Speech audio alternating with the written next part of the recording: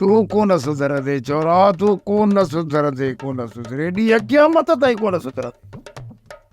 बाबा सुभाणे मां माल सां गॾु कोन वेंदसि, अदा पाॾे खे मोकिलिजांइ। मां कोन ईंदुसि सुभाणे माल सां, सुभाणे काड़ो कुमाड़ो आहे मां वॾो अड़े मान सां वञी या न वञी, वञी टंठ जे तरे में पो पर बात ते न काड़ा मां कढुननि भागा इन 1000 खां त ई ते कपड़ा बि कोन थो वठी ॾे मथां ओए बि चबाड़े न वञी कढो वात।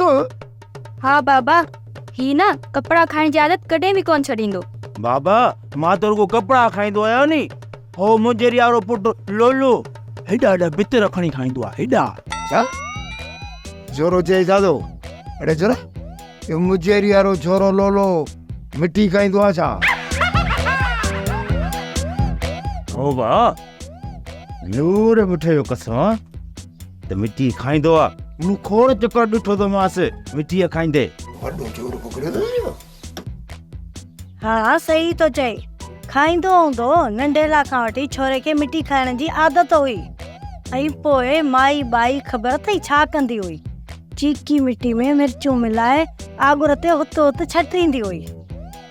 पर पोइ बि छोरे मिट्टी खाइण खां बस कोन कई। ओ तो वही खट जे तरे में पे पर तो या तो वा कर रहा तो और रहा तो पूरे ही चली आवाज़ न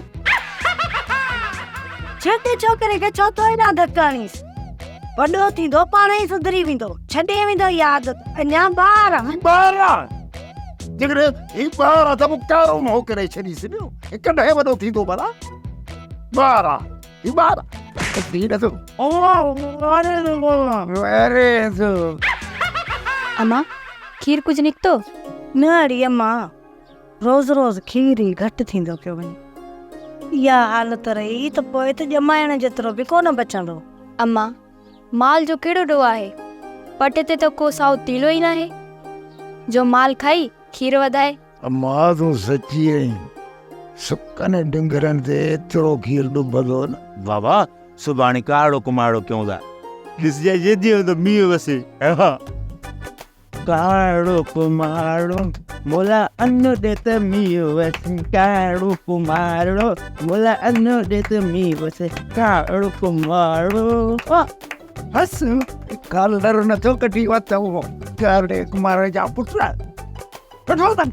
सोप सीरियल मोहब्बतुन जो माग तमाम एपिसोड्स ॾिसो हाणे HD क्वालिटीअ में। विजिट करियो असांजो YouTube channel Sindh TV HD drama. Subscribe कयो असांजो official YouTube channel Sindh TV HD drama ऐं वधीक अपडेट लाइ बेल आइकन खे क्लिक करियो।